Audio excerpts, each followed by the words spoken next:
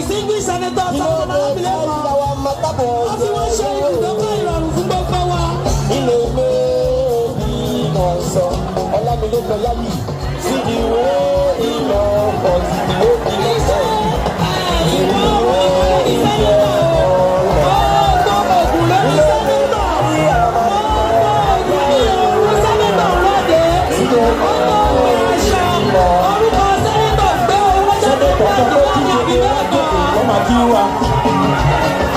Ọlámilékan ló ní ká jókòó tó máa máa ju wọ́n yìí. Ilé èdè kárí àwọn ọmọ dábọ̀ yẹ̀yẹ́ o. Sídìwé igi ọ̀rọ̀ sídìwé igi ọmọ sí. Sídìwé igi ọ̀rọ̀ sí. Ilé èdè kárí àwọn ọmọ dábọ̀ yẹ̀yẹ́ o. Ọlámilékan sọ pé ara ń bẹ̀.